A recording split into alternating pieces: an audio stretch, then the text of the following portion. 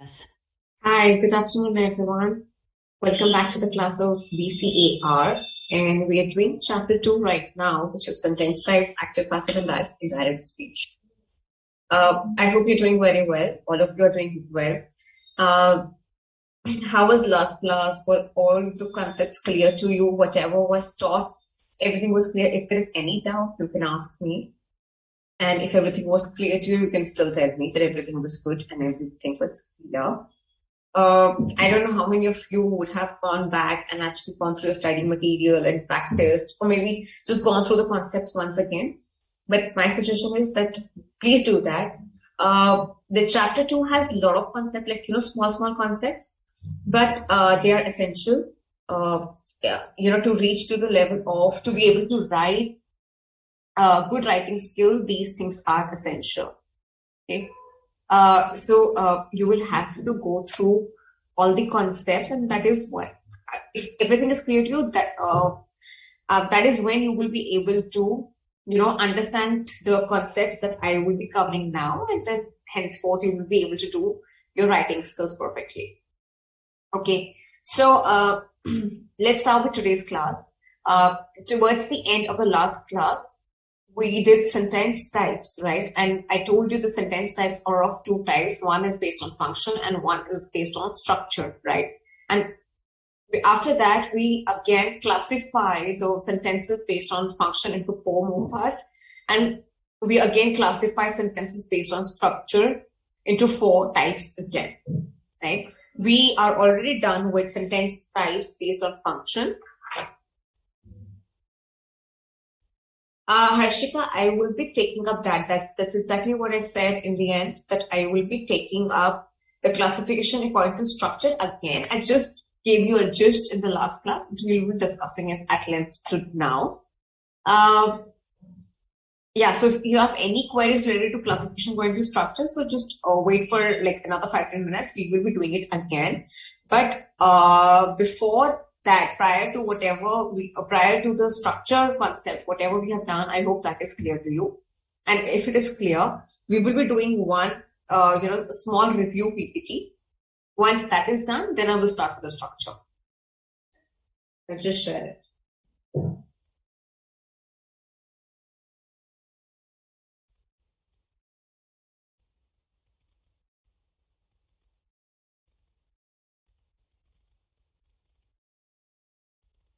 All right.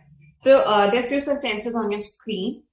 You have to basically tell me that which is a declarative sentence, which is imperative sentence, which is interrogative, and which is exclamatory sentence. Okay. So this exercise is based on the classification of sentences based on function. So read the sentences very carefully and quickly tell me about which sentences of which type. I'll give you 2 minutes for this. This shouldn't take more than 2 minutes.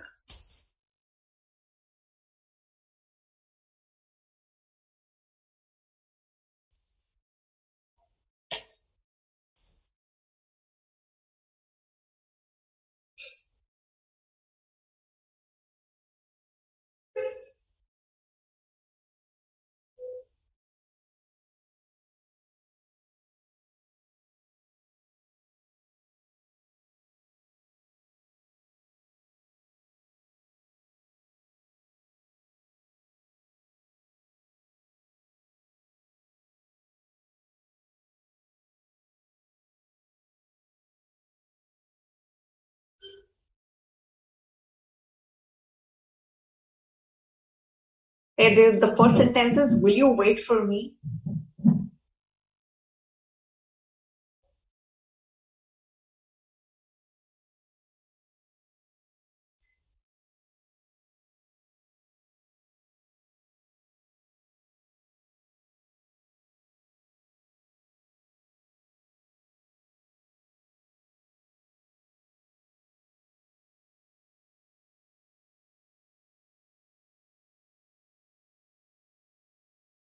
Quickly, another 1 minute.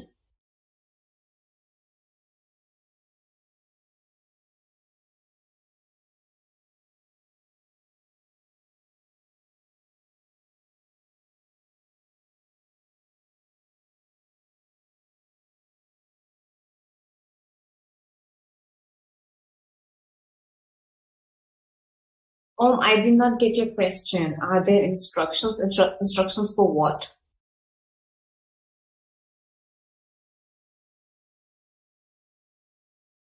Okay, good, Harshika. I see most of your answers are correct.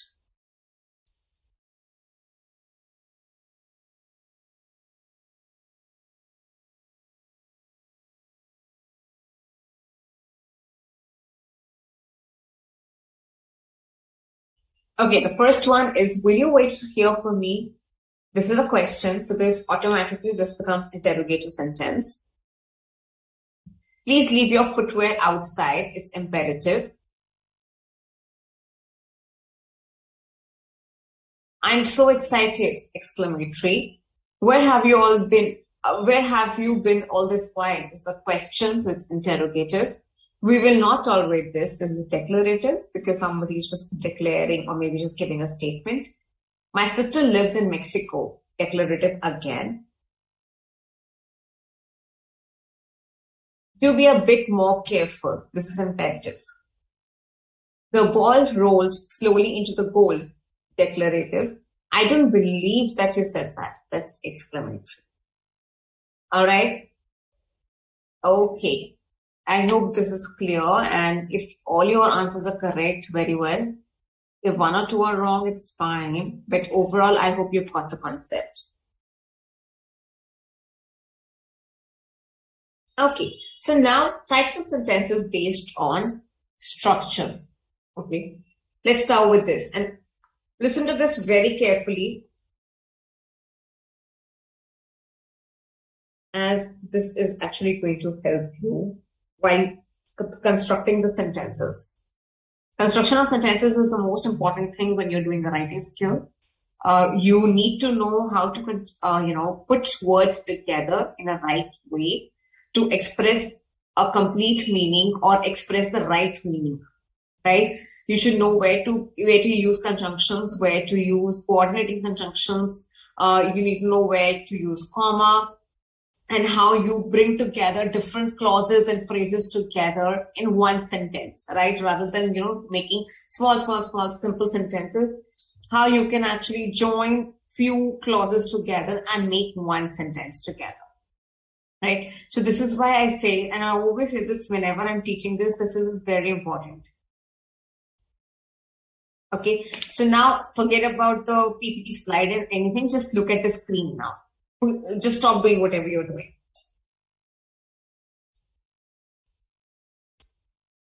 As the name suggests, that we are classifying based on a structure.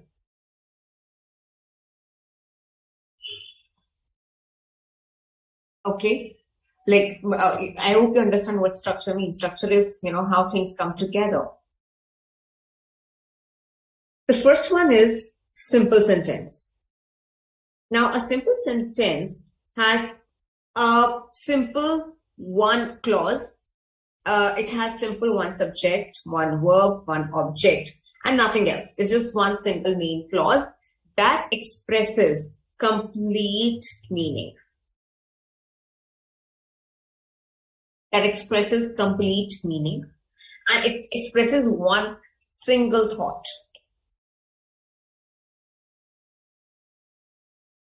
Yeah. So complete meaning and single thought. Like, for example, if I say,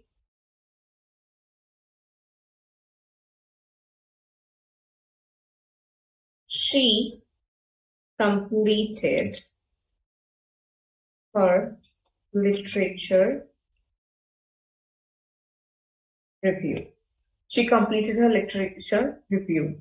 This is one complete sentence. This has one single thought because we're just talking about one thing, that she completed her literature review. There is nothing else that we are talking about. In itself, this sentence is complete. We can call it a clause also. We can call it a sentence also, right? This is simple. Now, as a name, I always say, whenever I'm teaching those students, I always say that, consider the name. When it says simple, it's simple. Right? There's nothing else.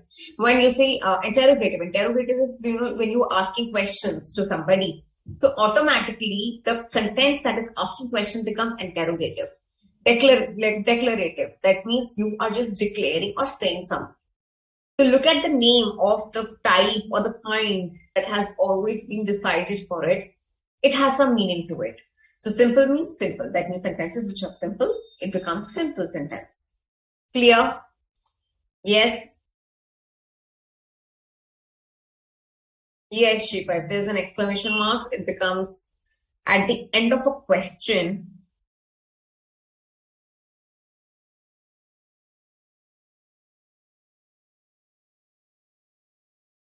She will take up this little, it's a bit confusing what you've written. Alright, so she completed her literature. He organized his sources by theme. They studied APL rules for many hours, right? There's so many. I walk. Now, these might be like two words, but they complete the meaning, right? I walk. She wrote. She slept, right? So these are, maybe they're just two words, but they're completing meaning. So hence they become a simple sentence. Okay. Next comes the compound.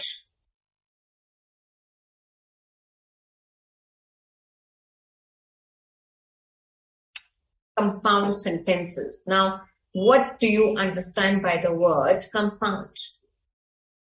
I'm sure you have studied this word before.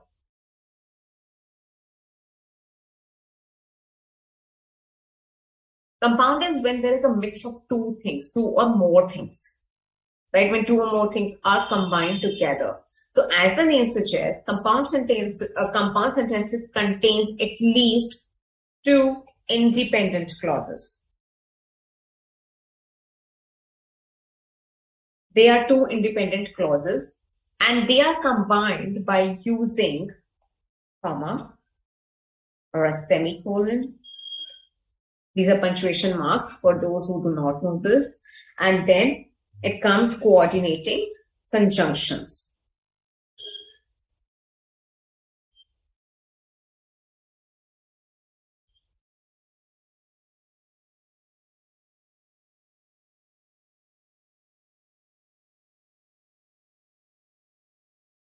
If you remember, I told you that conjunctions are the words that joins words together. They're called joining words.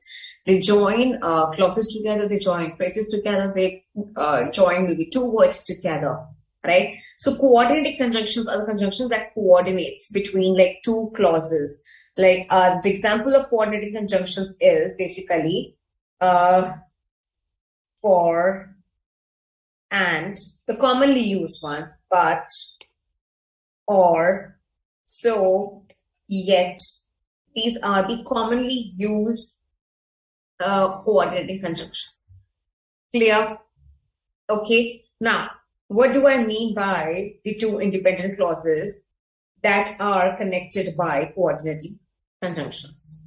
If I pick up the last example, she completed her literature review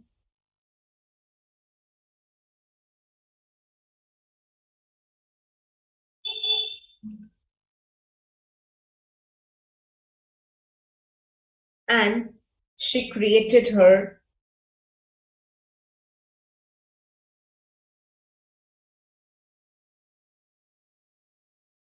reference list. She completed her literature review and she created her reference list. Okay. If you see, there are two independent clauses, the two clauses which have different thoughts, okay, and they are complete in their own way. First is she completed her literature review. This is first independent clause. Okay. Another one is she created her reference list. Now, this is also independent clause. I can break these two into two different sentences also by removing and. And I can join them also by using and. Now, if I've joined them by using and, these become, this sentence together becomes compound sentence because I've mixed two, or maybe I can add more to it. At least two are required to be called as compound sentence. Clear? So good so far. Any problems?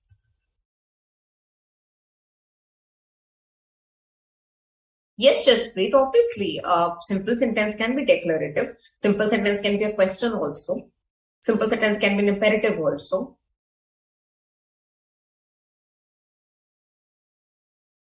Ishita, they are the most easy thing to identify. Interrogative is simply a question. Imperative is when you're giving a command, when you're giving instruction, when you're giving an order. These are called imperative sentences. Vidya, I am on page number 2.11.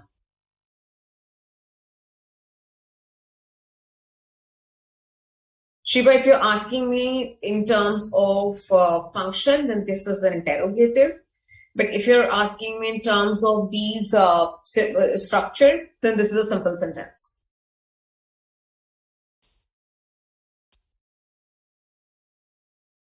Okay, so I hope these two are clear. Next.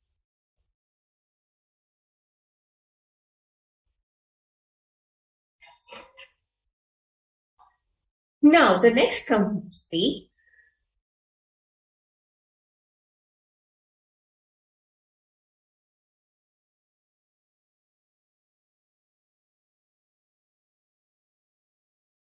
complex sentence. Okay. Now, complex sentence, as the name suggests, again, complex is something which is complex, something which is little, complex is something like difficult. When there's so many things together, you call it a complex situation, right? Similarly, in a complex sentence, we have at least one independent clause. Okay, and at least one dependent clause.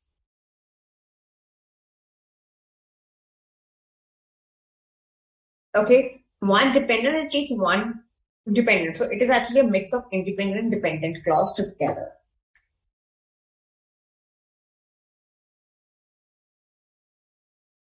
The complex sentence has at least one main clause, but it can have one or more dependent clauses.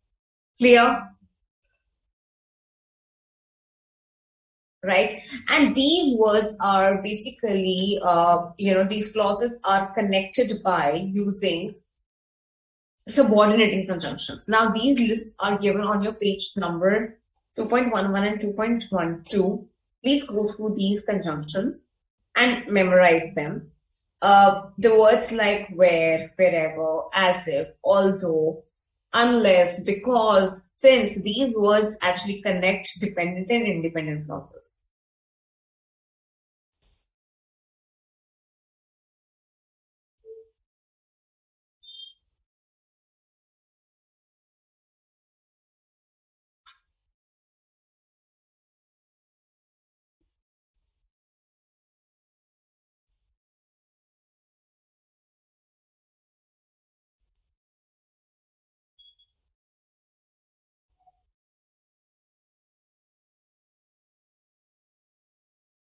Okay, so let's look at the example now. Although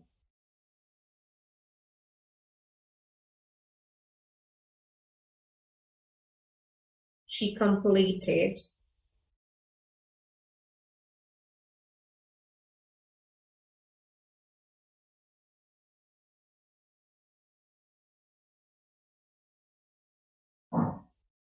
she still needed to work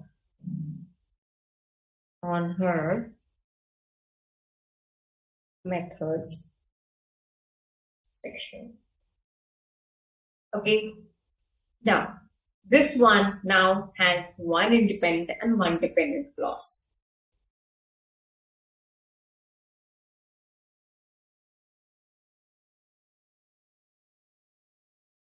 Now, which one is a dependent clause and which is independent?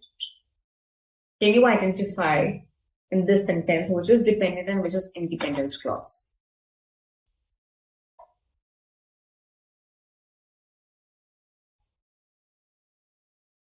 No, sir, which they will not ask.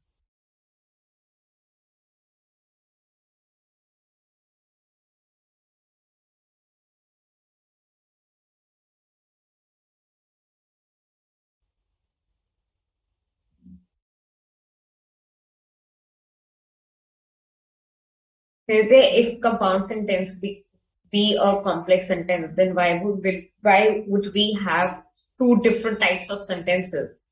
No, they cannot. Now quickly tell me which is the dependent clause and which is the independent clause in this.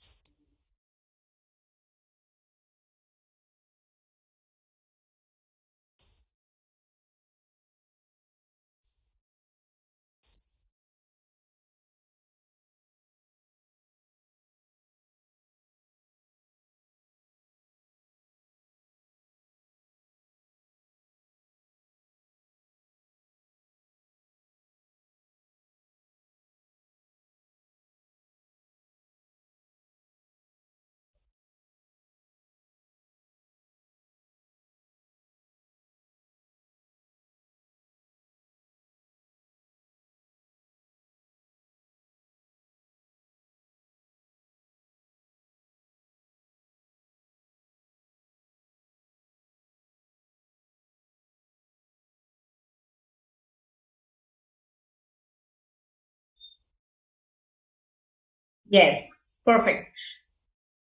No. Guys, she completed her literature review. Now there is a although attached to it. So how can this be independent clause? No, this is not independent clause. This is dependent clause. This is an independent clause. She still needed to work on her method section can stand alone. Although she completed her literature review does not complete the meaning. It means that there's something else left to be added. All right. So, like I just said, that in these kind of sentences, you have subordinate conjunctions attached to it, like although. You can look at this more example in your book. The boy ran away when he saw the lion. The boy ran away is independent.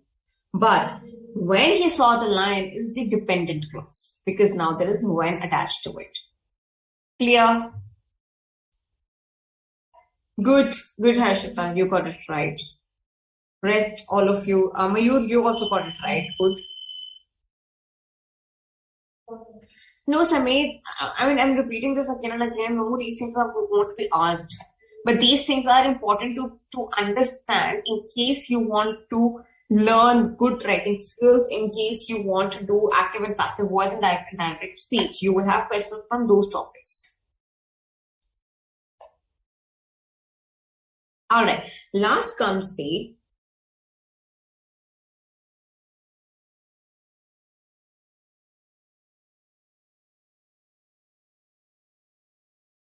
now, as the name suggests, now this is a mix of both compound and complex. That basically it is a combination of both the rules together. So now this one has at least two independent clauses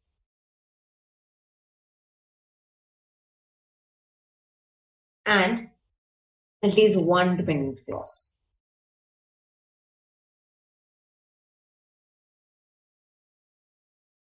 Okay. Now, she completed her literature review, but she still needed to work on her method sections, even though she finished her methods course last semester. Right? I'm going to write this sentence for you guys here so that it's easy for you to understand. She completed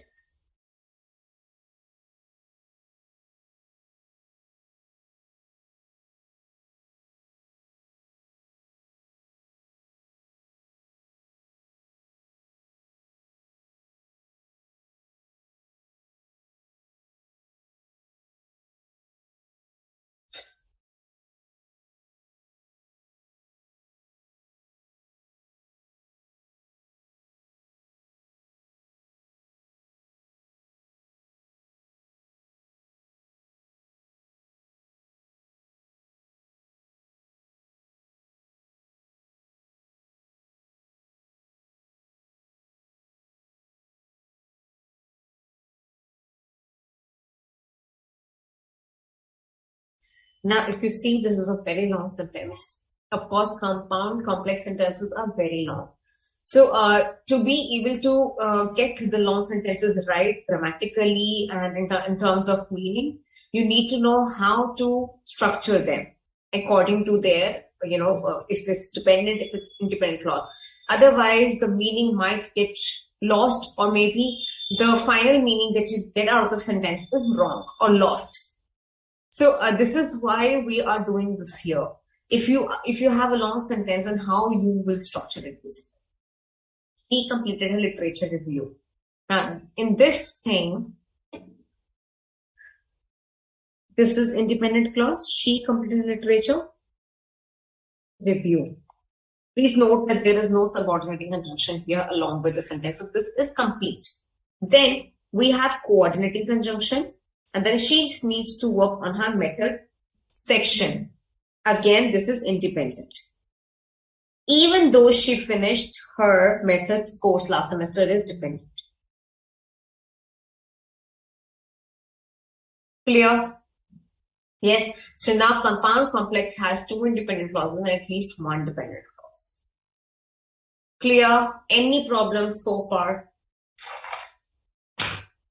If this is clear to you, then I will proceed further to the next topic. Just remember, the simple sentence is a simple sentence. Compound is a mix of two independent clauses. Complex is one independent, one dependent. And compound complex is at least two independent and one or more dependent clause. Oh yes, note this commas here. The commas come before we use these, it is used to separate dependent and independent clause also. It is also used to differentiate between two independent clauses also.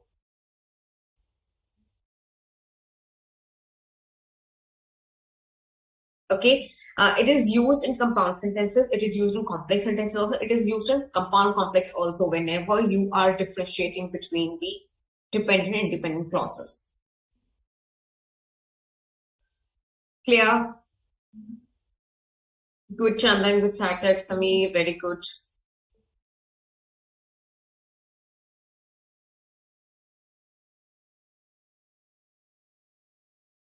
No, Harshika, conjunction does not make sentences dependent. We have coordinating conjunction also, which brings together two independent clauses. All right, perfect. So most of you are clear. Now I'm going to start with one of my favorite topics, which is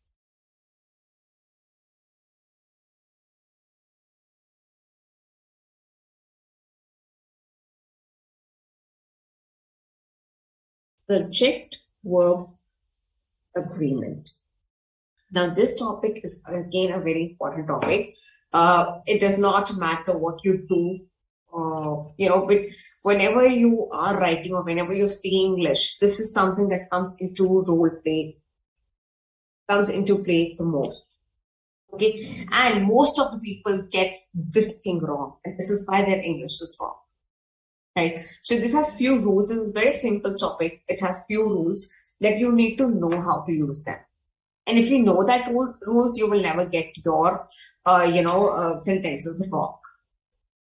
This basically tells about that how verb and subject has to agree with each other, right? How you have to use verb according to the subject, right? If the subject is singular, plural, if you're talking about one person, if you're talking about many people, if you're talking about, collectively group, how we use the verb accordingly, where you will use singular verb and where you will use plural verb, all right?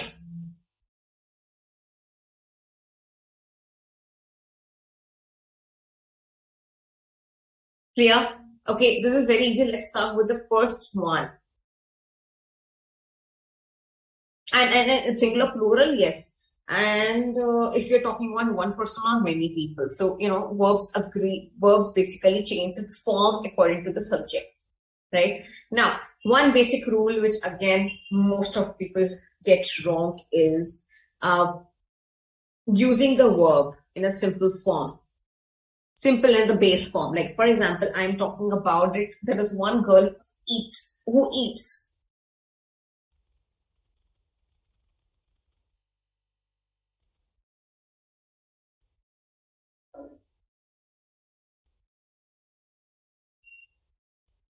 She writes, they write. Now, write is the base form. It's the root word. Whenever we are talking about one person, singular person, we add S or ES after the base form of the verb. Clear? Yes. And whenever we're using about more than one person, then we use the base form as it is. There is no S, there is nothing. Write will remain write, drink will remain drink, sleep will remain sleep. But when we are talking about one person, we make it singular by adding S or ES. Clear?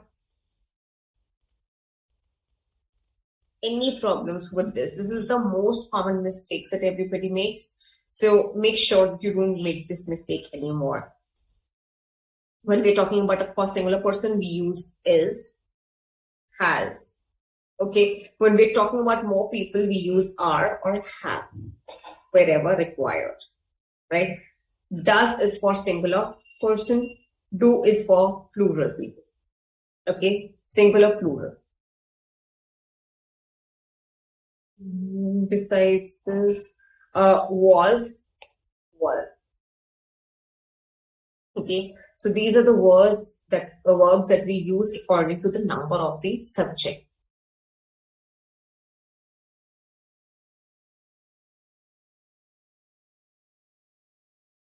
Clear? Any problems with this one? It's easy. This one rule is easy to understand.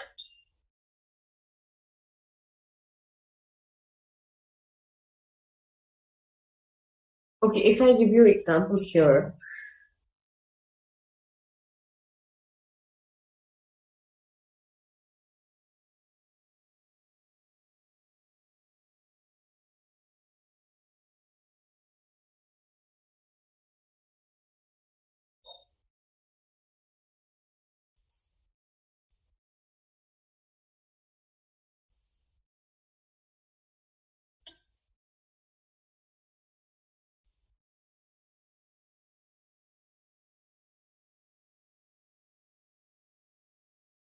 Now, the wolf howl or howls at night. What will you say?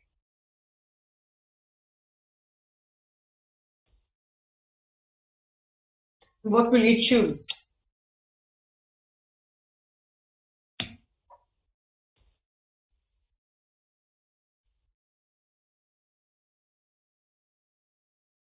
And similarly, if it's plural, then what will you use?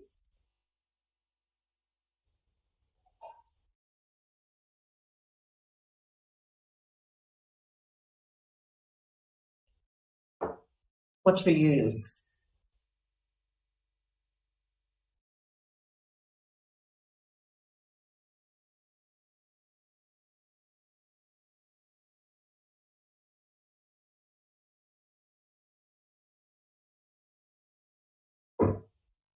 The wolf howls. Very good. And wolves howl at night. Right? Clear? Okay, the next one is I'm going to follow the rules from your book, from your study material as it is, so that we don't miss any. The rules are given on the page number 2.13. All right, great. Everybody got it right. Subordinate clauses that come between the subject and the verb don't affect their agreement. Okay. Now, whenever there's a subordinating clause that is in the middle, you have to see who is the subject. The verb is according to the subject that is used. Okay, not according to the sentences which with the clause, the dependent clause that comes in the middle. Okay, so the example would be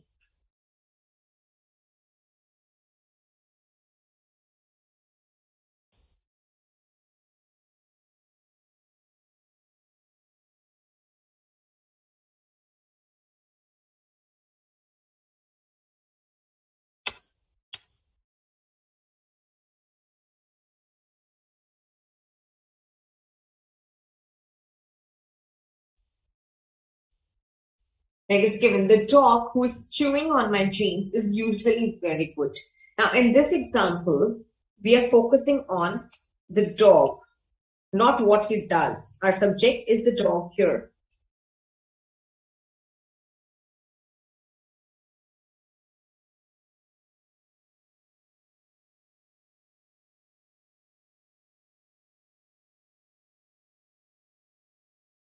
Now, in this sentence, our subject is dog because we're talking about a dog and it's one dog. So it doesn't matter what comes in the middle of the subject and the verb. We will use the verb according to the subject. Take another example to this.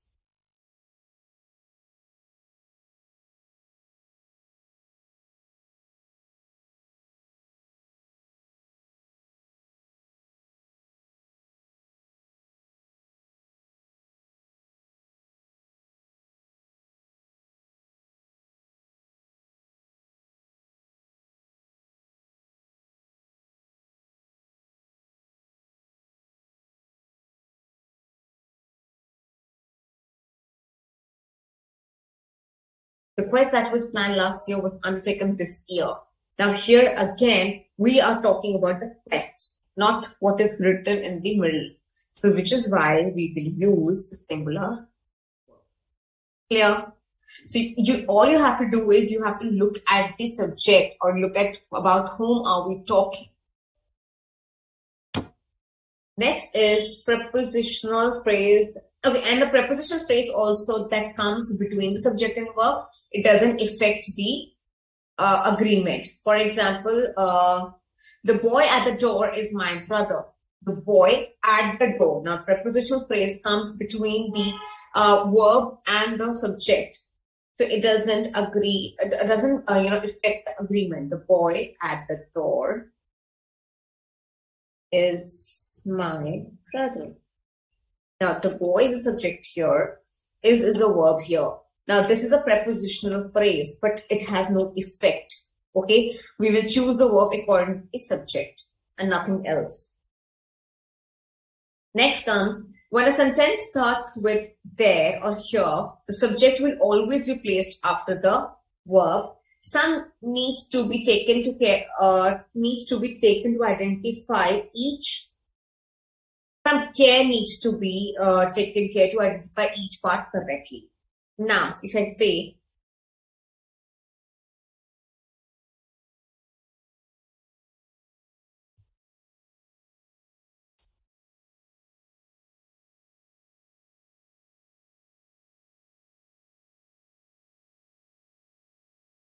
now whenever we have there or here in the beginning of the sentence, the verb follows there or here. But the subject, basically about whom we are talking, comes towards the end of a sentence. So you need to be very careful about whom we are talking. Now, in the first sentence, we're talking about one person who's at the door. That is why the verb is singular. But in the next sentence, here are your keys. We are talking about the keys, right? So we use are after here because we are going to talk about something that is plural. Clear? Yes. So in this case, you have to identify where we have to identify the subject and about whom we are discussing it. There is a problem with the balance sheet. Here are the papers you requested. There's a problem. We're talking about one problem in the balance sheet. And in the next one, we're talking about the papers, more than one paper. So we have used are here. Subjects don't always come before the verbs in a question. Make sure you accurately identify the subject before deciding on to the proper verb form to be used. Subjects don't always come before the verb, obviously. So whenever it's a question sentence, there's a question word, then there is a verb, and then the subject comes. So again, you have to be very careful while choosing the verb to be used in a question. What are they doing?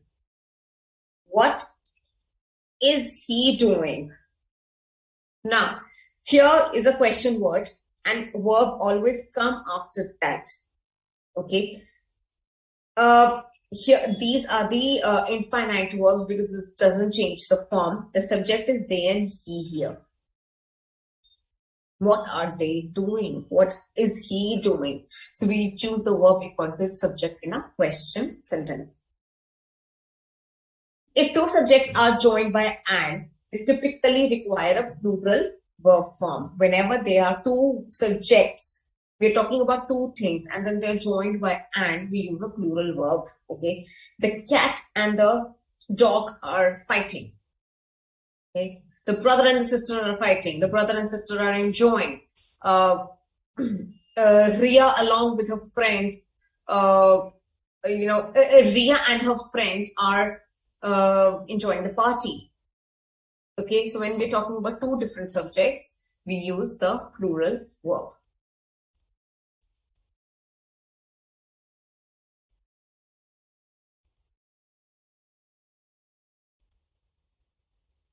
Yes, Shiva, that's right. In terms of boy, we will use is, was, has, depending on what the sentence is. And in terms of past tense, yes, this is what you will.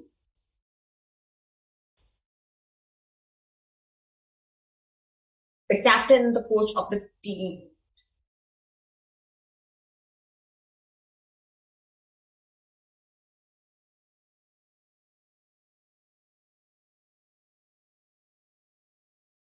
Okay, so the next one is when the verb is singular, if the two subjects separated by and refer to the same person or a thing as a whole.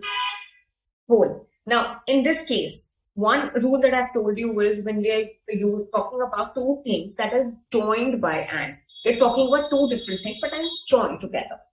But at times we are talking about we are using two names, but then at the end of the day, we are talking about one thing as a whole. Like for example, this example that is given in your book, the red beans and rice is my mom's favorite dish. Now, red beans and rice is always eaten together. The rajma chawal is always eaten together. So we always consider it as one item. In that case, we use the singular verb only. Rajma chawal is my mom's favorite dish. Clear? Okay. Another example is the captain and the coach of the team has been sacked. Of course, this is mentioned in the book also, has been sacked, because we're talking about a captain and the coach.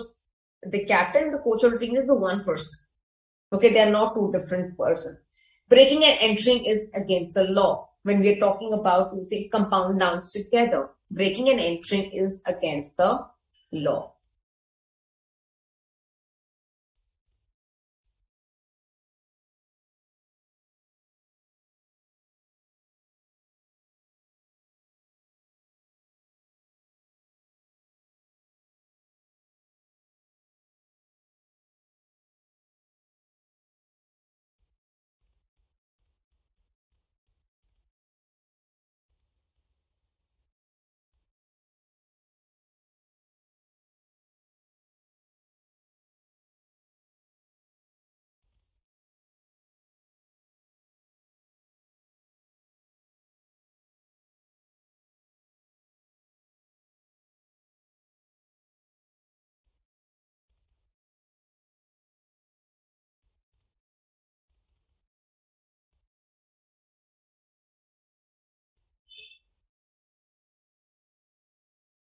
Okay.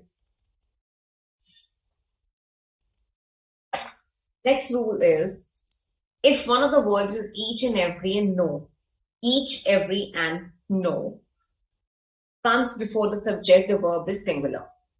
Okay. Each of the participants was willing to be recorded. Each of the participants. Whenever we are talking about, whenever we have each, every, and no in the beginning of a sentence, we use a singular verb. Simply. No one was available to meet at the preferred times. Each of the participants was willing to be recorded.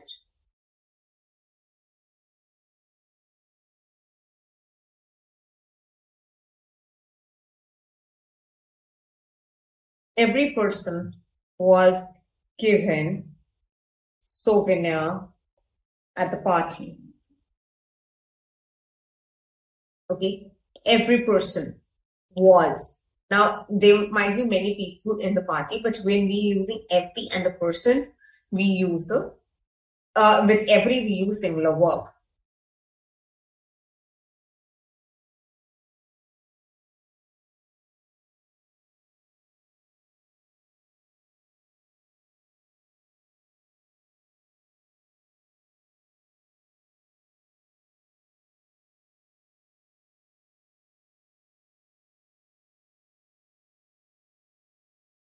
Each child in the class was asked to read the newspaper. So now each child in the class was. Each child was. Right? So whenever there's automatically, when there's each and every, you use singular verb. If the subjects are both singular and are connected by words or nor, either, neither, nor, either, or, not only, but also the verb is again singular. Example here is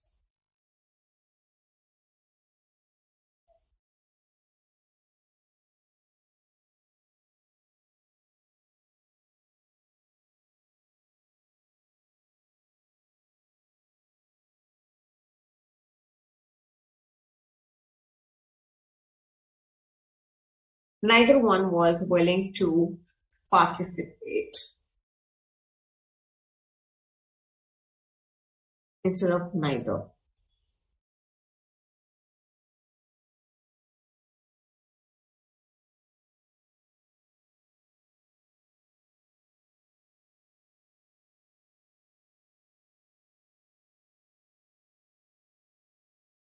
Either my mom or my dad is coming tomorrow. So I'm talking about it, either my mom or dad. Eventually only one person will come. So when you use either, neither, these combinations, again we use singular verb with them.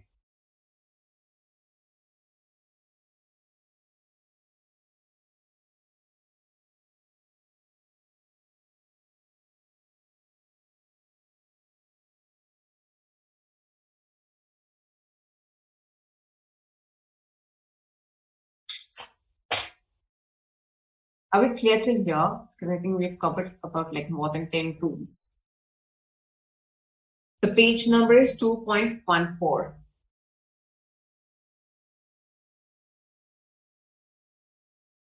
Yes, it's a good example, Shambhavi. Horse in the cart is available for the ride. Yeah, you can make a sentence. The horse in the cart is available for the ride.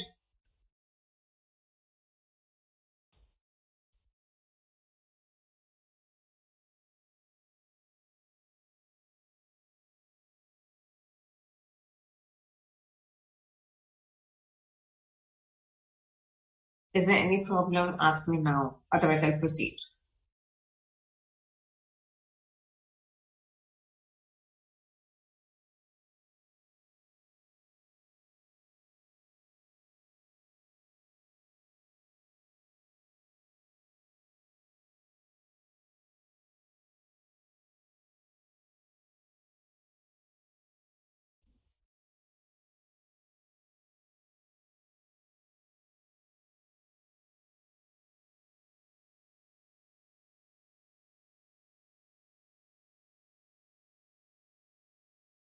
The only time the object of the preposition decides plural or singular verbs is when noun or pronoun subjects like some, half, none, more, and or all are followed by the prepositional phrase. Then the object of the preposition determines the form of the verb.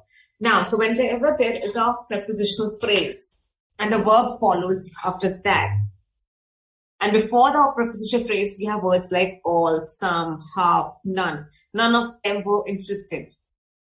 Okay. Whenever we talk about, so basically the object of the preposition will decide if we are using a singular or a plural verb. Now, all of the chicken is gone. All of the chicken is gone. So the chicken is basically a singular verb. So word, and we will use a singular verb.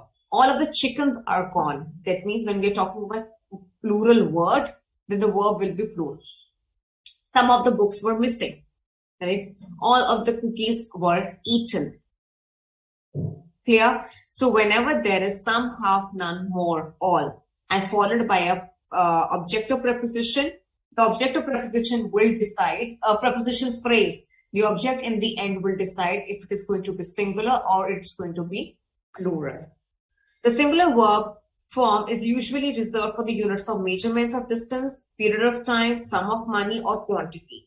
3 miles is too far to walk. Whenever we are talking about, some unit, something, something that needs to be measured, or we're talking about some sum of money, like for example, $10 is a high price to pay. We take it as a singular form. 5 years is the maximum sentence for that offense. 5 years. We're talking about some time frame here, a period of time here. We use singular verb when we're talking about some specific thing.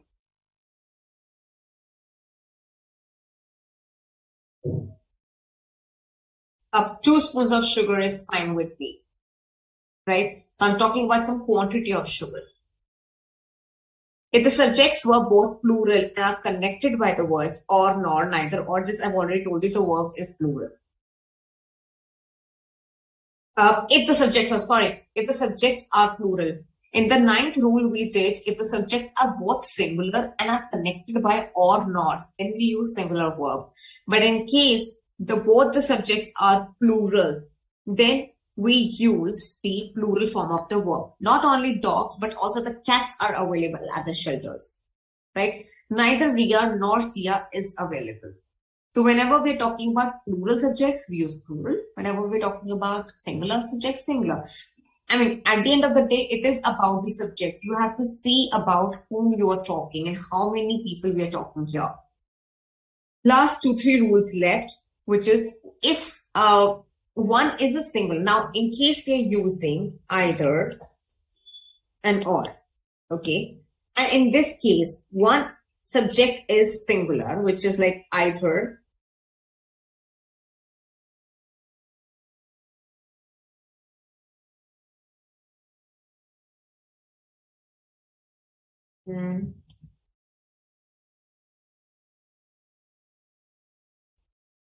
Either the bears, okay, or the lion has escaped from the zoo.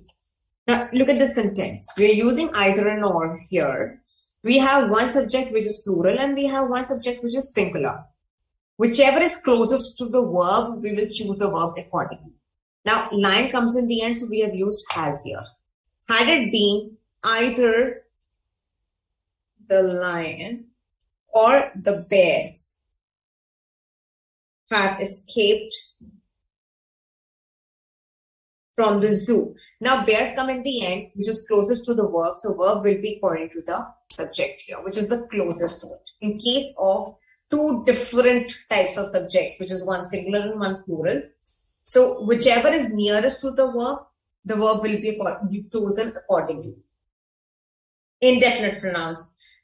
Whenever we are talking about some indefinite pronouns, we don't know if you're talking about something specific like, anyone, everyone,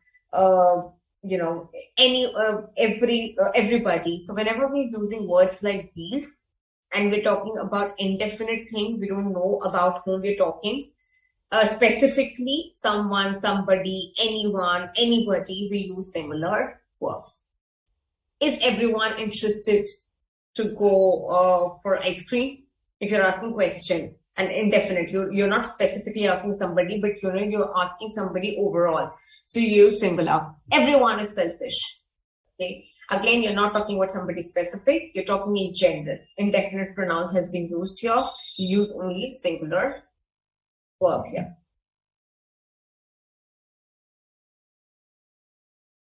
I think somebody is on the door, right? So I am talking about somebody is at the door. I don't know who that somebody is. So I'm just using, singular verb here. There are exceptions to the above rule, including pronouns like few, many, several, both, all, some. Now, in the above rule, whenever words like few, many, several comes into being, then there is some exception, and then we use plural verb here. Okay. Few were left alive after the flood. Now, few were left alive. Whenever we're using words like few, we use plural verb. Many children are coming to Rohan's birthday party. Many children are coming to Rohan. Now,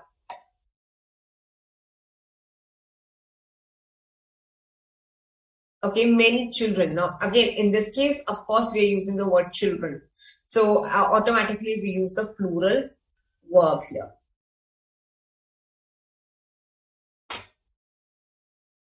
Okay, so last one is when we are using collective noun. Whenever we are talking about, whenever you collective noun is, that in case there's so many people, you can just use the word proof for them. Okay, when there are, some people sitting in a meeting together, there is one specific team that is being assigned to take decisions. We call them committee. So we use such words for collectively for the people who are doing the similar kind of work. Now, if I have to say, the herd of, and for the, there's some list of collective nouns that is there. For example, you're talking about the group of cows. You're talking about there are many cows together. Then you say the herd of cows, right? When we are talking about people who are in the, when we are talking about husband and wife, we use the word couple for them. We don't say, if you're talking about mother and father, we use the word parents for them, right? So whenever you're using such words, it totally depends on the singularity, and the plurality will depend on the collective noun.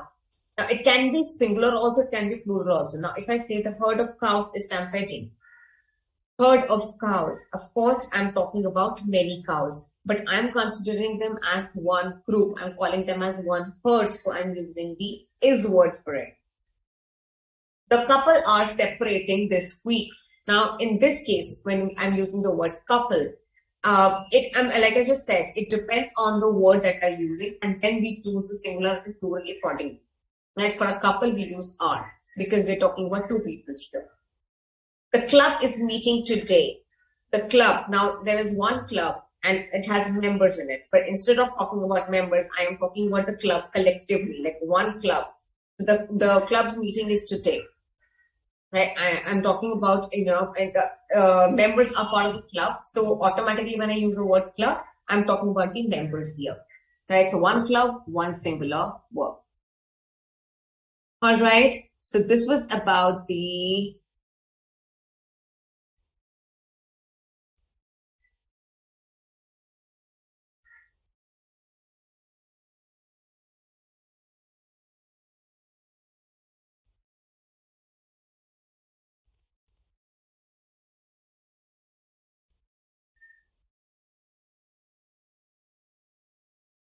okay, so this was about subject verb agreement. If there is any problem, you can ask me now. Yes, good, Petilda. Is anybody available for studies? Group studies? Yes, great. For anybody, you use is. If there is any question, there's an exercise given on 2.15 page also, which is a practice exercise. I suggest you to pick up that whenever you get time. Before I start with the next topic, just let me know in case there is any problem, there's any confusion. If there is no confusion, then I'll start the next topic after 5 minutes break.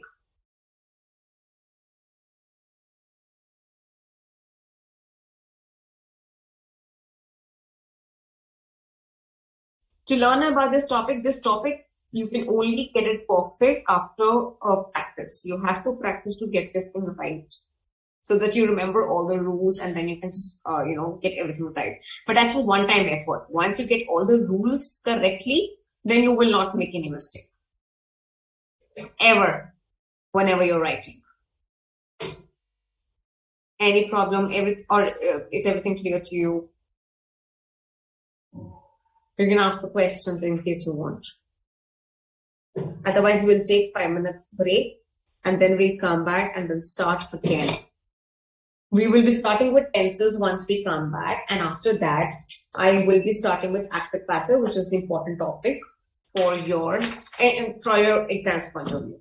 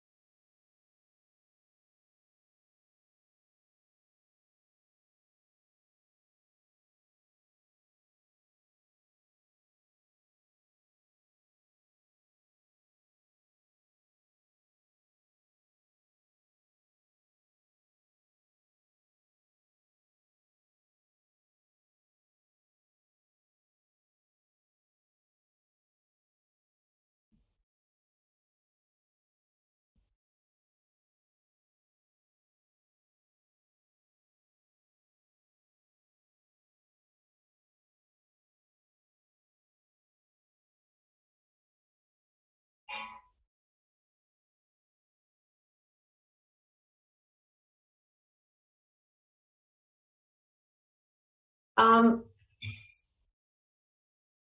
The question is right. Somebody asked me that, ma'am, why do we use are with the couple? See, like I just said, that we need to know that about, what is our focus. So when I say the couple are separating, we are talking about two distinctive people here. This is why we are using plural form of verb. But if we talk couple as collectively, the couple has uh, three kids. In that case, we are considering couple as one entity. So this is why I said this is confusing. These collective nouns are confusing. How to use them, where to use singular and where to use plural. It totally depends on the focus. Are we talking about them as collective thing, or we are talking about two different things? For example, there's another example to it. Is the committee agrees on the quality of the writing. Now there is a committee, there are a group of people who are sitting together. Now they're working as one entity here, right? But if I say the committee participates in various volunteer activities in their private lives, now this one has a focus on some individuals in the group, not on everyone else. But when I say committee and I use a singular verb also, that means I am taking them as, they're working together. But when I say the committee participate, that means I am not focusing on everybody else, but there are few individuals who come together and do this work. So you need to have a clarity on what you are trying to focus, right? All right, let's take like 5 minutes break. I'll join back at 3:07 and then we will quickly start with the tenses.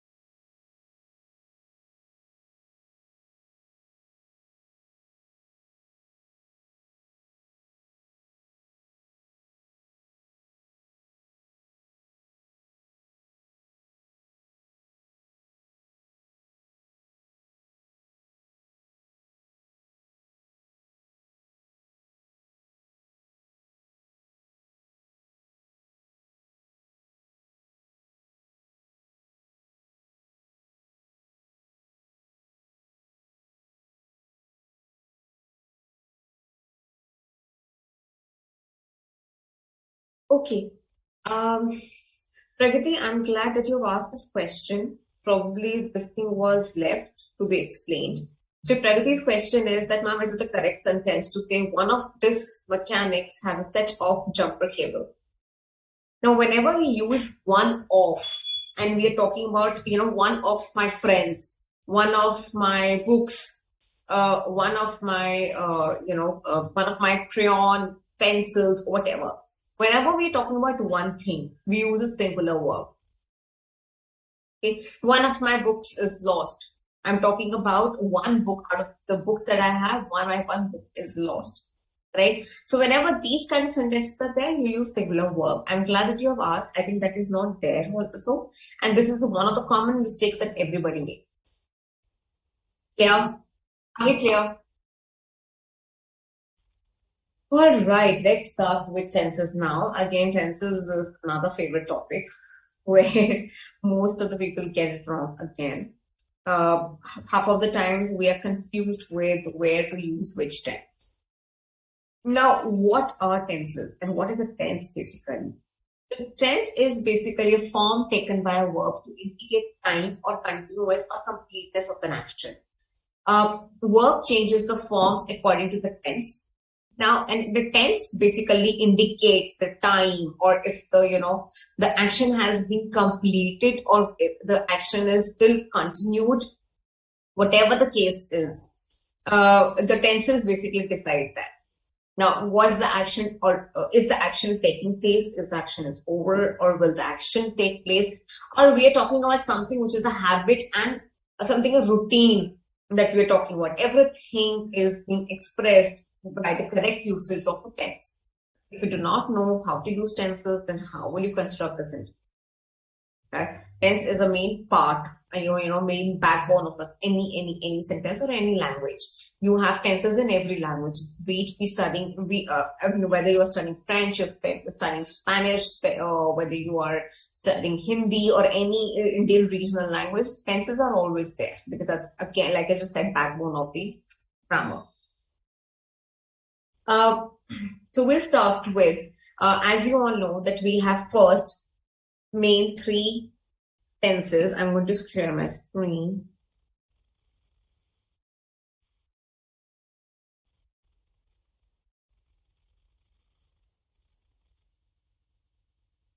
Yeah.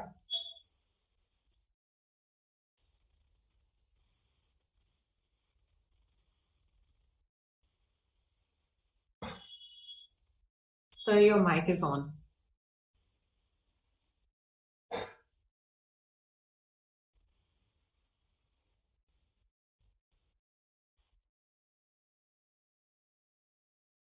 Now, tenses are of three types broadly. One is present, one is past, and one is future. Now, present tells us about the present, of course, the now thing.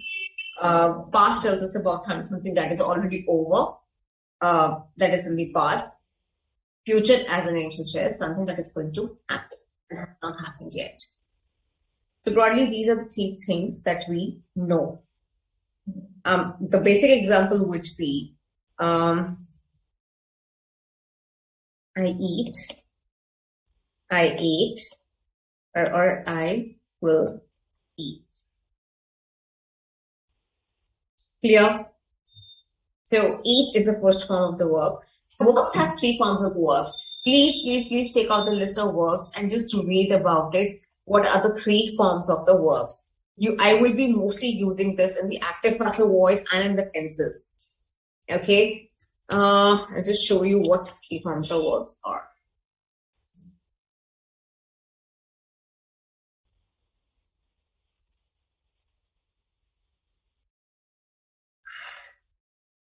The first form of the verb, I'll just take a quick detour, and verb is basically, you have first form of the verb, which is for V1, second, V2, third, which is V3. The first one is, for example, I'm using the word eat. Ate and eat. Okay. Drink,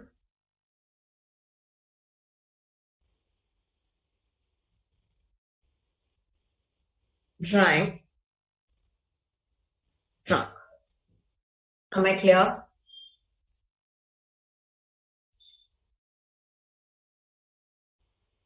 Now this form is called present form. This is called the past form, and this is called the past participle. Okay, I will be using this V1, V2, V3 a lot. There are some verbs that remain the same in all the forms, but then there's certain forms that change its meaning. Okay, now commonly one is, there is be. Now be becomes was or were in the past, and in the third form it becomes been.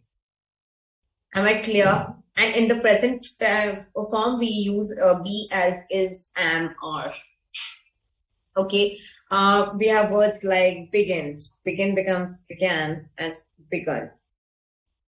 And then there are some words that doesn't change its form at all. It just remains the same in all three, which is cut, cut, cut. Okay. Then there are words that has a a different present form, but in this case, in second or third form, it remains the same. So we have all sorts of examples. We have verbs that changes the three form in all three. Then we have verbs that remains the same in all three parts. And then there are verbs that remains the same for the past and the past participle, but the present is different. Clear? Yes, you will find the n number of verbs list. Please take it out and read and just learn. And I'm sure most of you already know these forms also, but it's good to know these things. Am I clear?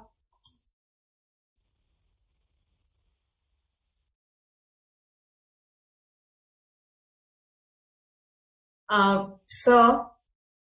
Hello? Hello?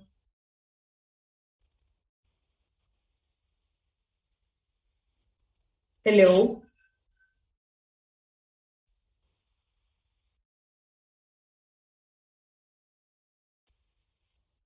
I'm sorry, guys. Let me just ask the technical guy to mute his screen. Hello?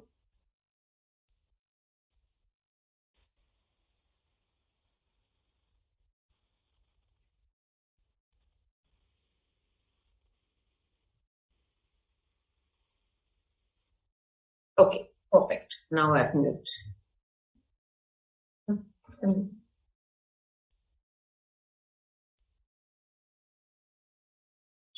Okay, I've done that. Done. Now let's understand the when to use which tense.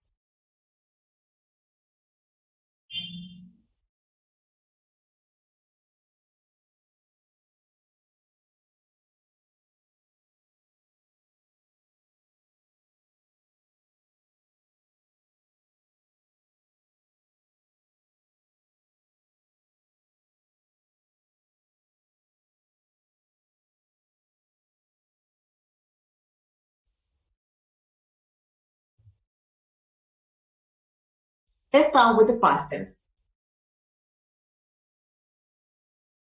Now, past tense is again a past tense or present or future. They are all divided into more parts. Henceforth, in your study material, we have given you some examples, and we have also told you, and we have also explained to you when do you use these tenses and how do you use them. I will not waste much time on this because we have other topics to take care of. In this one, I will just quickly tell you the structure, how you structure these sentences. For example, you're writing a simple past tense sentence, or you're writing about the past continuous tense sentence. Then how do you basically structure that? Okay, now let's talk about the past tense, simple past. In simple past, we have a simple rule, which is subject plus V2 plus object. This is a simple structure that we have now. Subject is Rita went to school. Okay, now we have simple this thing. Rita is subject, went is the V2, which is the second form of the verb. Went is the second form of go. Okay, and what is the third form of go? Which is the third form of go? You guys are good kids. You guys are getting the things in one go. How come? Third form of go is Go, went.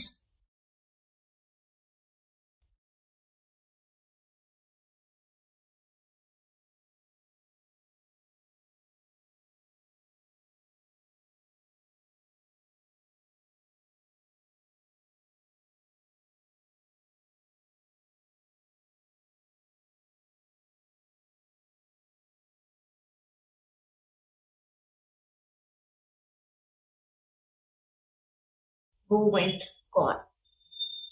Okay. So now, when do we use simple past tense? Simple past tense is to indicate anything that has happened in past, something that is already over, and something that indicates about the past habits, or something that has happened a little before the time. Clear? The next comes is past continuous tense.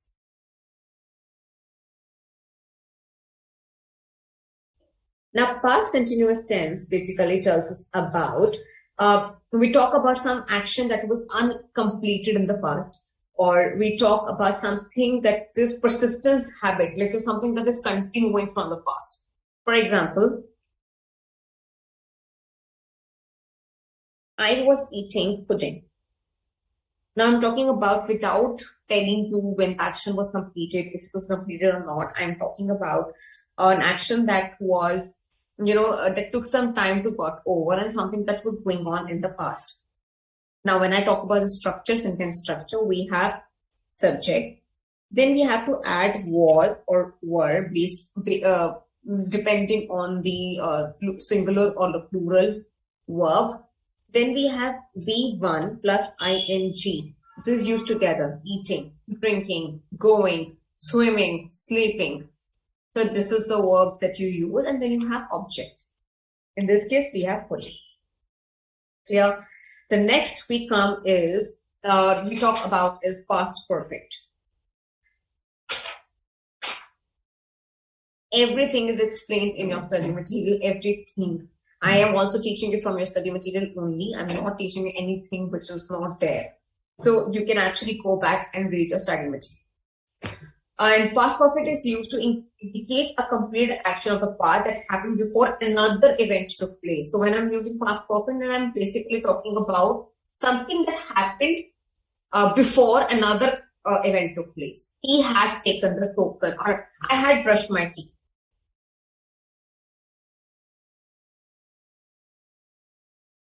Okay, so I'm talking about something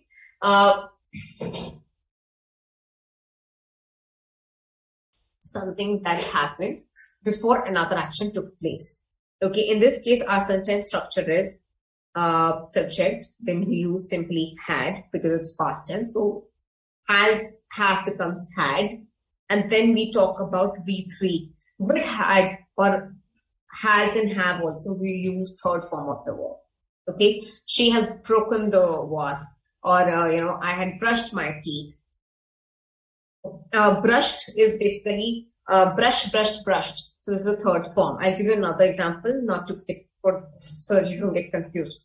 Now, so we have subject, we have add, and we have V3, and then we have object. Now, in case of another example, he had taken the token.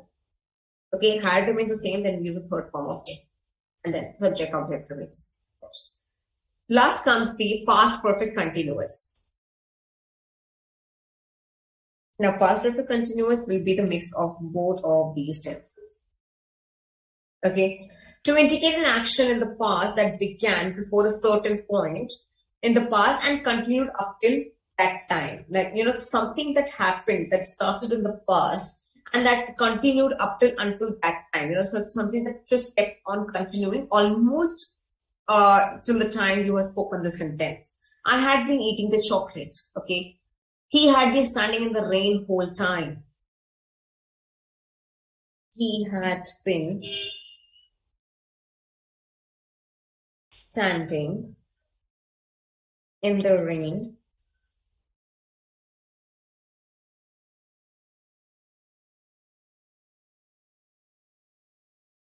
he had been standing in the rain the whole night. Now we're talking about an action that started in past and before before a certain point, and it just continue it till a very long time, up till the time that you've spoken the sentence. So the sentence structure is subject plus had been plus we.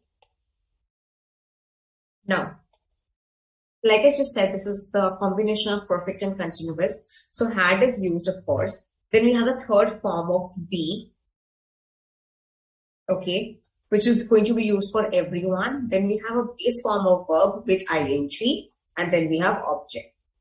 Okay, another example here is I had been eating diet food for the whole summer.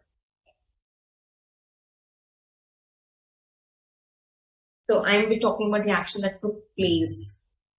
This started long time ago, and that is almost happening till now. Now, I had been eating. Right? Please understand that this is how you're supposed to structure it. You use had, then you use the third form of be, and then you use verb with ing. Clear? Any problem with the past tense? I hope this is clear.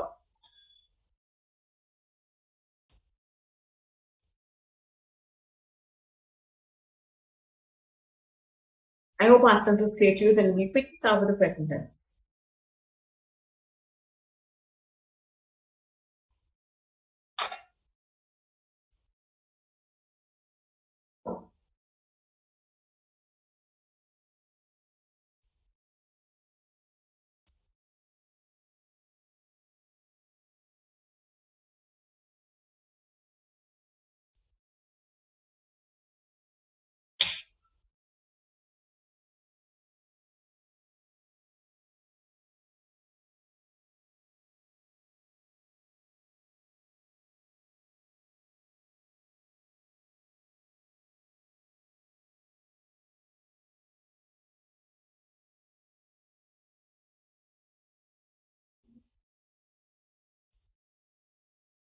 Is it clear? Can we continue? Can we start with the present tense and the future tense?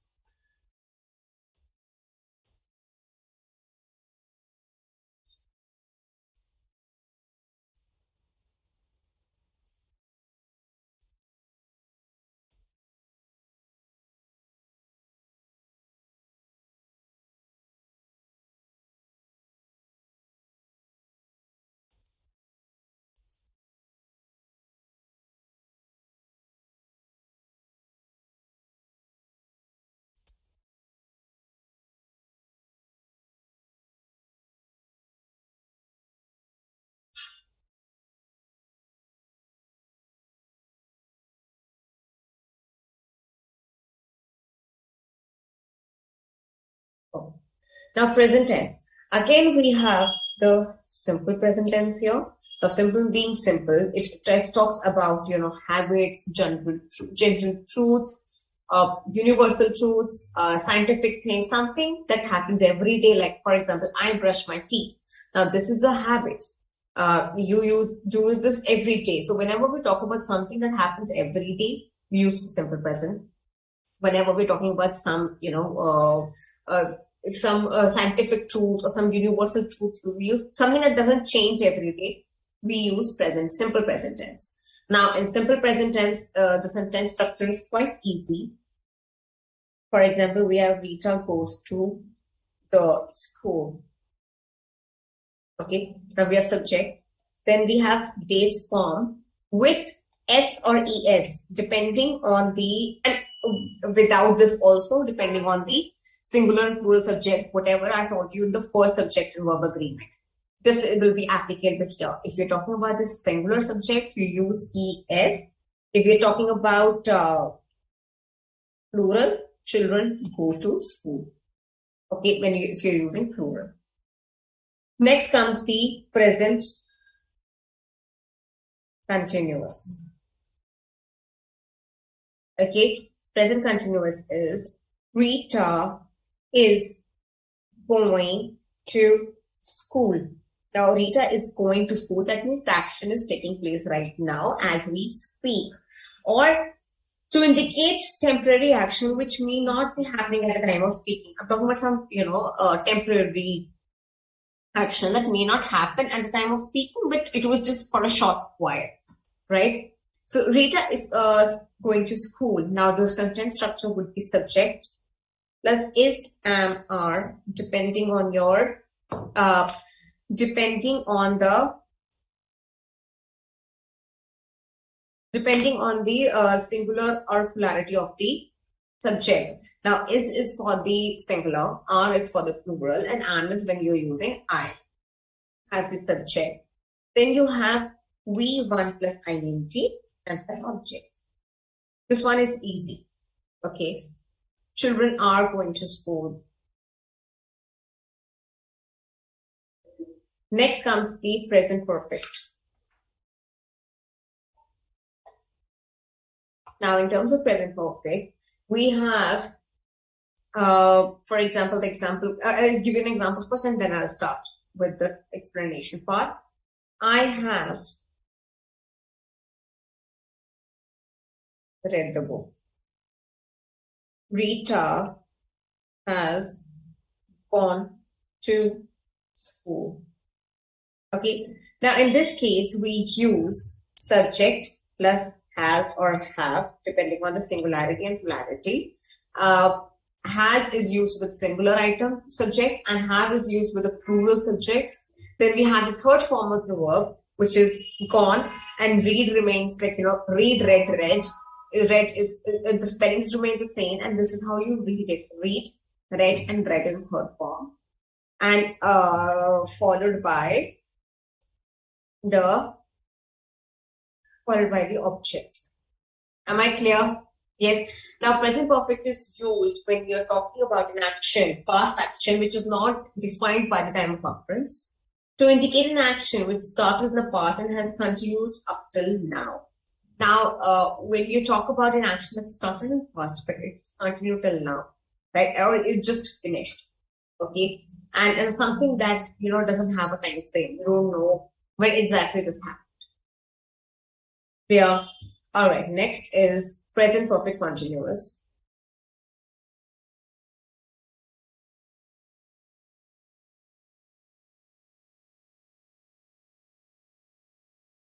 Okay. Again, this is a mix of these two. Just the way we had it in the past.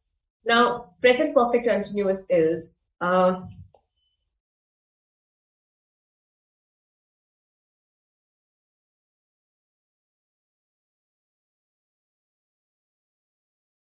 I have been cleaning regularly since Monday.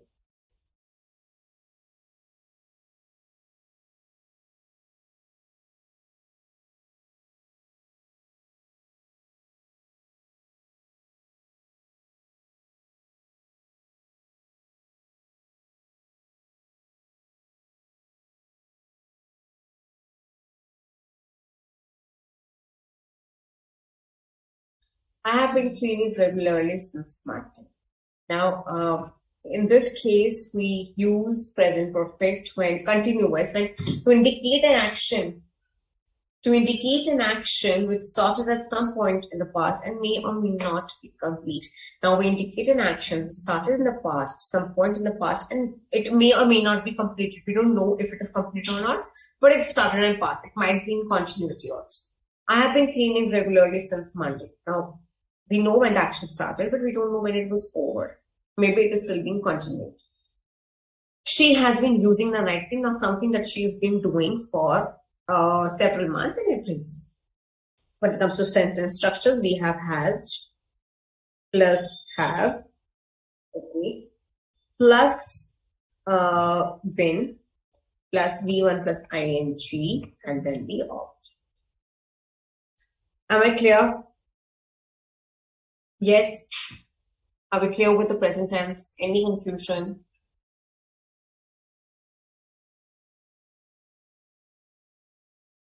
Archana, I had a car is a simple past. Because had is the main verb here.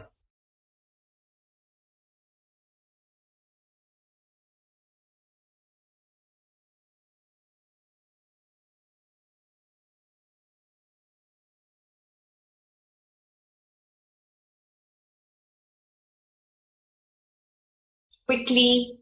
Is there any problem? Otherwise, I'll start with future tense.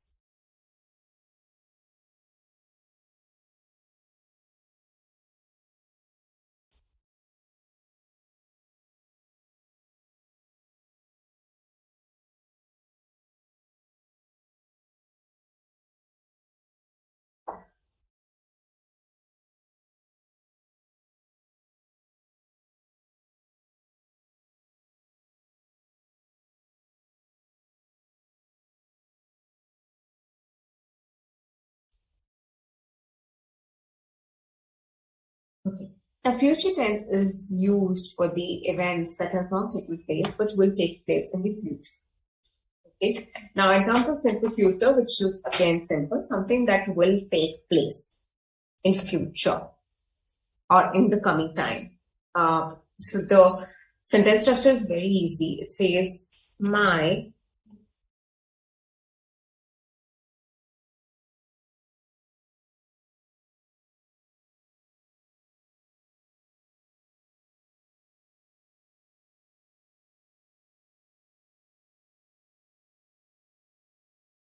Okay, my mother will feed me, or I shall go to school tomorrow. So this is very easy.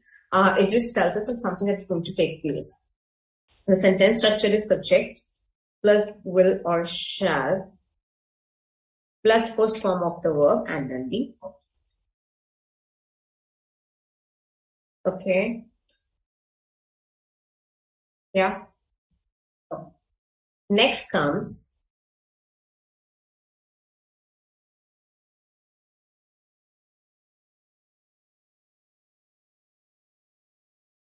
future continuous. And a future continuous, you have to meet sentences like it indicates what will be going on at some point in the future. To indicate planned future, it indicates that something that you have planned, something that will happen in future, and that's something that will go on, for some time in future. For example, he shall be writing his exam. That means it's a planned future. He's going to write an exam, and that exam, of course, is going to take some time. It's not going to get over in like 5 minutes, right? And the other example would be, we will be going to zoo. Now, in both these cases, it seems like a proper planning. This is what we'll be doing. So, whenever we use such sentences, that means we're talking about some planned future, some thing that will go on in future. Then we have subject here. Then we have will or shall, be, verb 1 plus ing, and the object. Clear?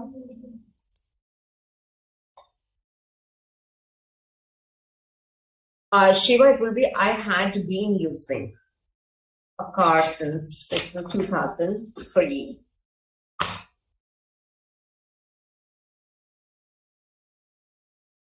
I'll tell you one of them. Okay, next comes is future perfect.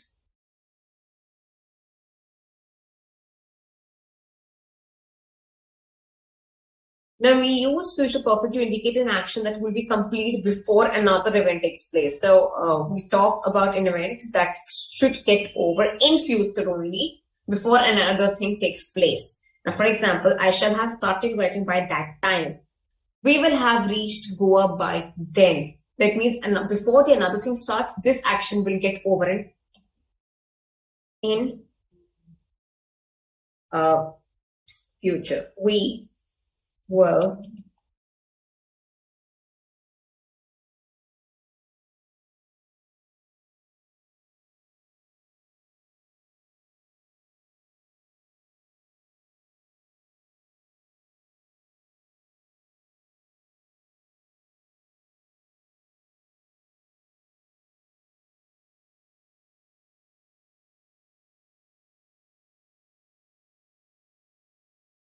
Now the sentence structure says you have subject, then you have will have or shall have, then you have third form of the verb, then you have object.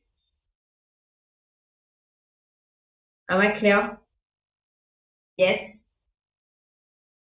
Last is future perfect continuous, which I think we rarely use. I don't think we use it quite often, but since we are studying about it, then why not study everything? By next year,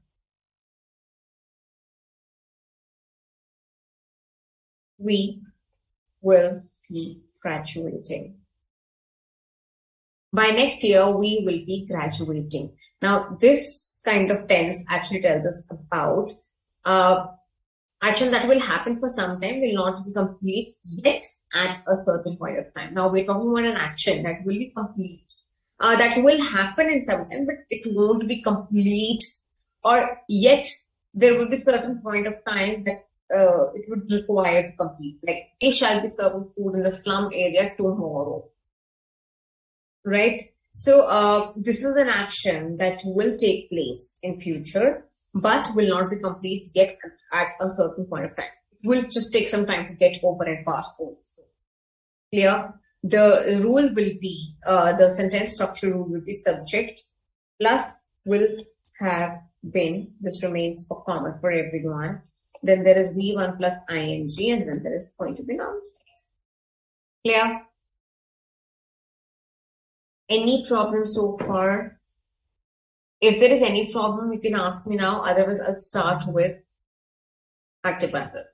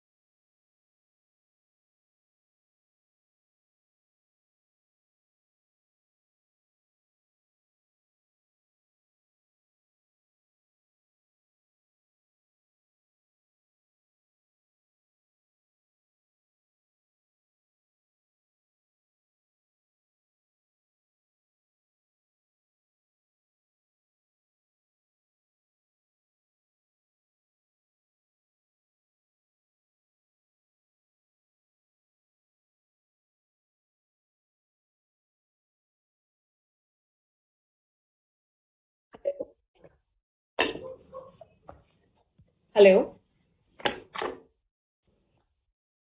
Yeah, okay, okay. There was some network issue. I'm just logging in from another system also. Tab tak I'll take the class from here. Hello? All right. So, in case there is any doubts that you still have, just let me know. Otherwise, we'll continue with the next topic.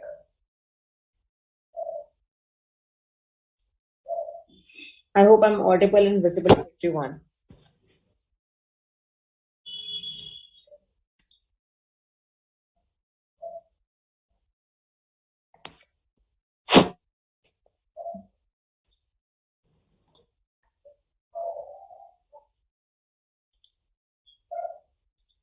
Recording in progress.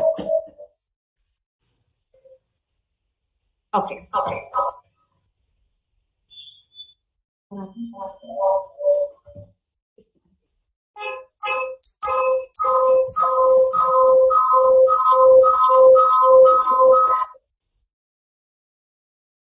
Sorry, there was some network issue, so my system's got. Okay, now everything is fine. Okay, so let's look at your queries.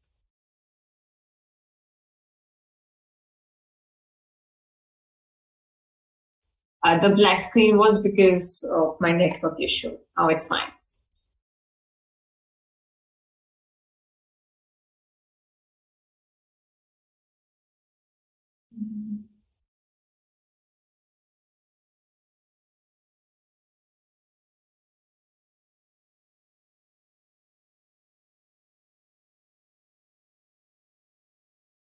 Why would we use ing form of verbs in simple future? What? Or if you could just give me an example, that would be better.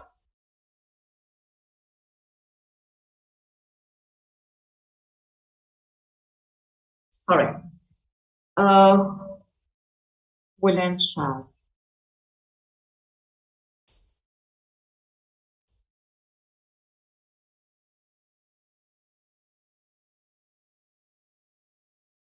See, there are two things about will and shall. One is if you follow the traditional rule, then shall used to be used with the first person pronoun and will used to be with the second and third. Like I shall be late. They will not have enough room. But we use will while expressing a strong determination to do something. Like I will go to school tomorrow. Right? So there is, there is a determination to it. Whereas, and at the same time, shall is used when we're talking about second and third person. And, there's something like obligation and duty as well. Right? So it is more or less used interchangeably, but still you have to consider the sentence meaning. Like, for example, I say, I will not tolerate such behavior. Like, I am so determined, I'm so strong-headed that I will not tolerate this. Right? You shall go to the ball, or you shall go to the ball. That means that you should go. This is kind of an obligation or, duty. If you got an invitation, you should go to the party, right? So you shall go to the party in that sense. But in case I have to go to the party, I will say, I will go to the party. I will go to the ball because I've already made my mind. I'm sure about it that I will. Anything else? Any other problem?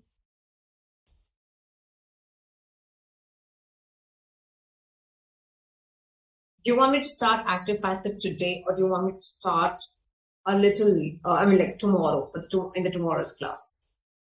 Tomorrow's class will be very important because we will be doing active passive and direct speech.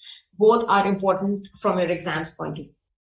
But right now, based on your situation, I will start. If you think that we can start, we'll start.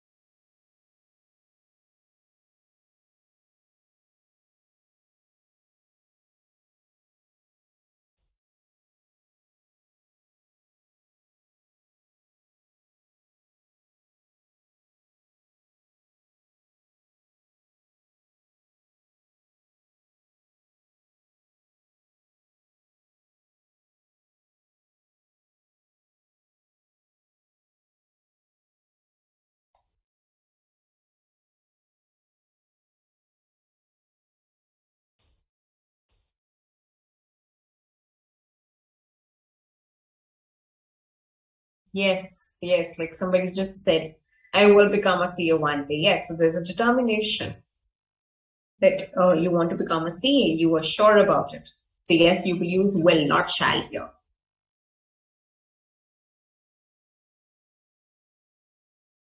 Okay, everybody wants me to start tomorrow, but we still have a little time. I think we can at least start with the basic, which is why I'm sharing the PPT here. Let me just give you a brief about what active passive voice is. I will not get into details, but let's just simply understand what active passive voice is. Okay, now active passive voice is important because you will be using, whenever you're going to talk about your writing skills, different kind of writing skills, that is when you will know how to use active and passive voice and how active and passive voice comes into play and why it is essential for the writing skills when you're doing report writing, when you're doing article writing, or maybe how you use active and passive voice. What are the different uses when you are into a professional setup, when you're writing an email, professional email, when you are having a conversation. So how to use active passive voice effectively, and where you can use and where you should not use. So this is all we will learn. And after that, in active passive also there are rules how we use it in different tenses. So again, we'll understand the structures, that how we structure a sentence for active voice and how to structure a passive voice sentence in a particular text. Clear? Yes.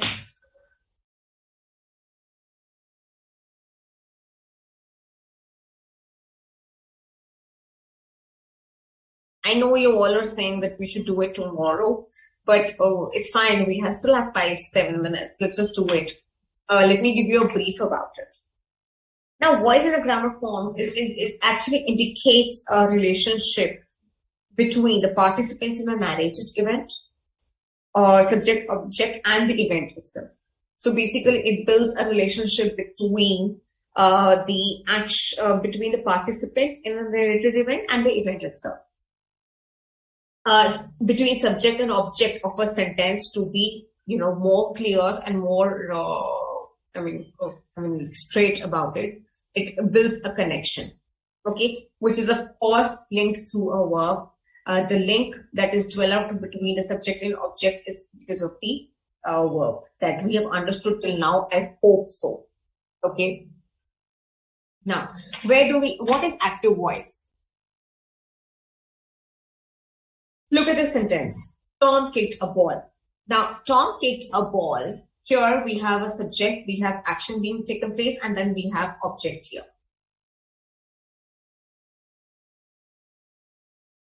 Okay, so we have subject here, we have verb here, and then we have object here. Now, in this active voice, subject is the one who is doing the action. Okay. We are very clear.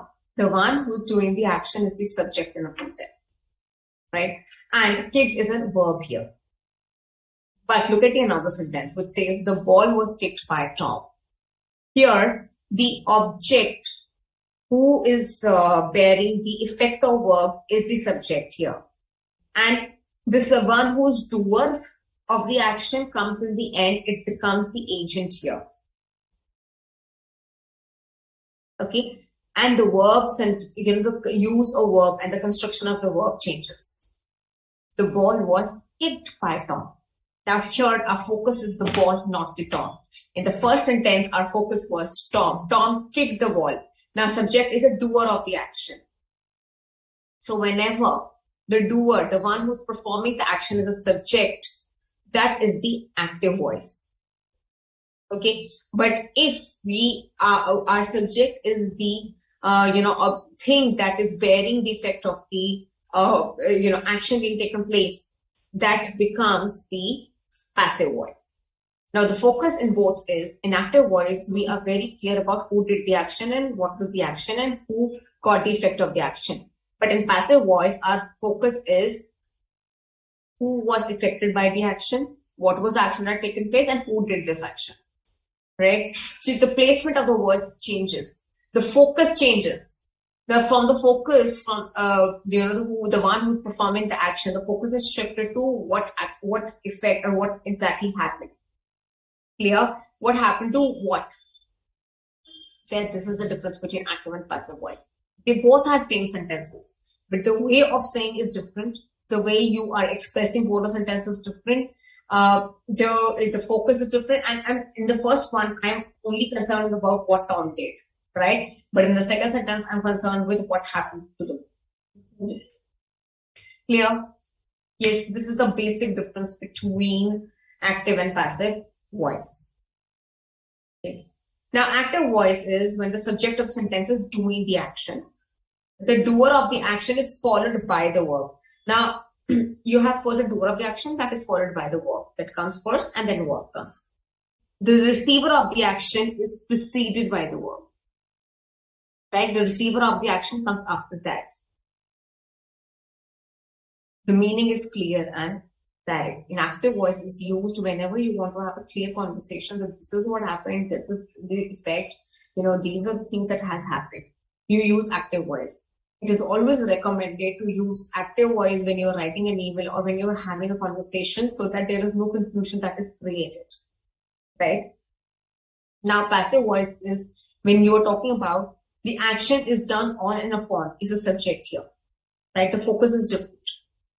The doer of the action is preceded by the verb. Now, the doer of the action comes after the verb. The doer of the action is followed.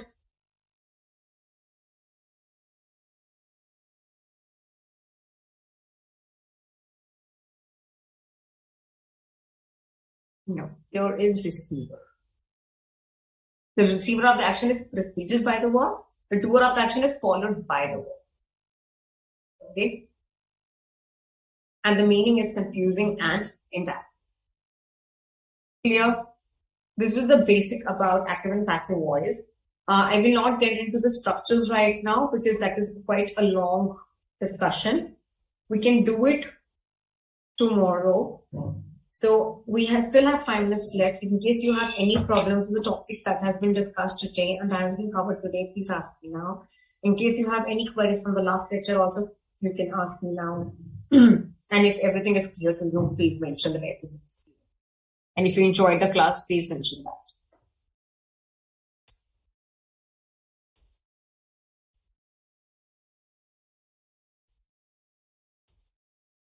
Then we'll take up.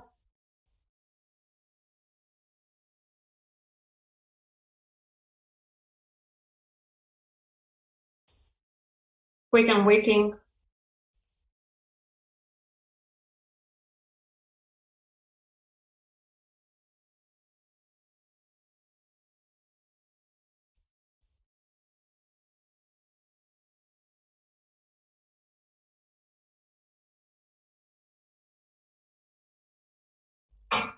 Good, Rachna. Yes, newspaper headings are in passive voice because our focus is what has been done first. In the newspaper headlines, that is our major focus, right?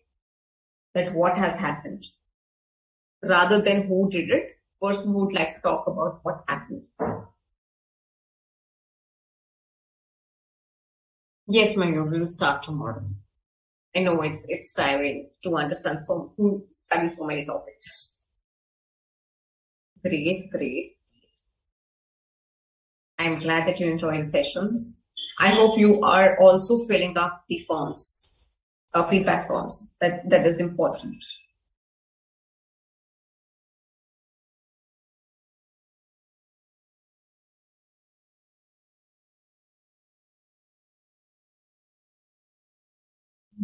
I think you mean that what is the weightage of this chapter? I don't know. I think it's 7, maybe 4, 5 marks. I don't know. I really don't know. You can go through your study material, or maybe you can go through the previous year's question papers and previous attempts question papers. You'll get an idea. But I think on an average, you get 2 or 3 questions from this plan.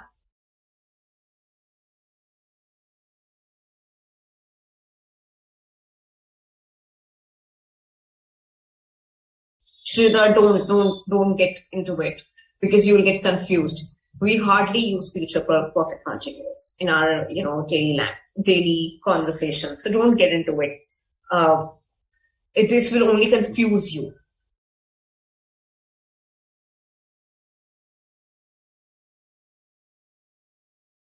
Any other help? Any other query? Anybody has?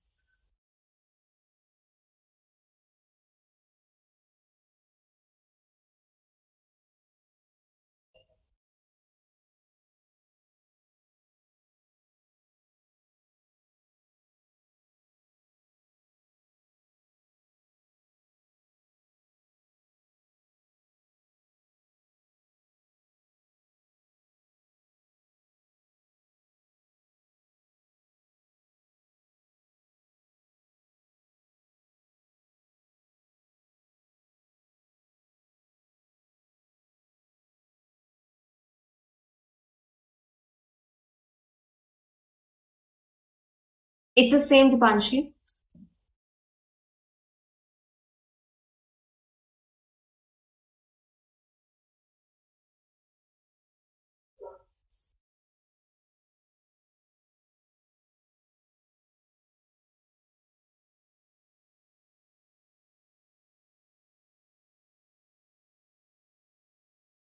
Okay, everyone. So if there are no more doubts, then we'll meet tomorrow, 2 to 4, and we will finish this chapter. We will be covering the two most important topics, which is active passive voice and direct indirect speech. Right? So I hope to see you guys tomorrow. And go back, read about the tense rules, read about the verbs, and please download. I'll upload the PPT. All right, guys. Have a great day ahead. Bye-bye.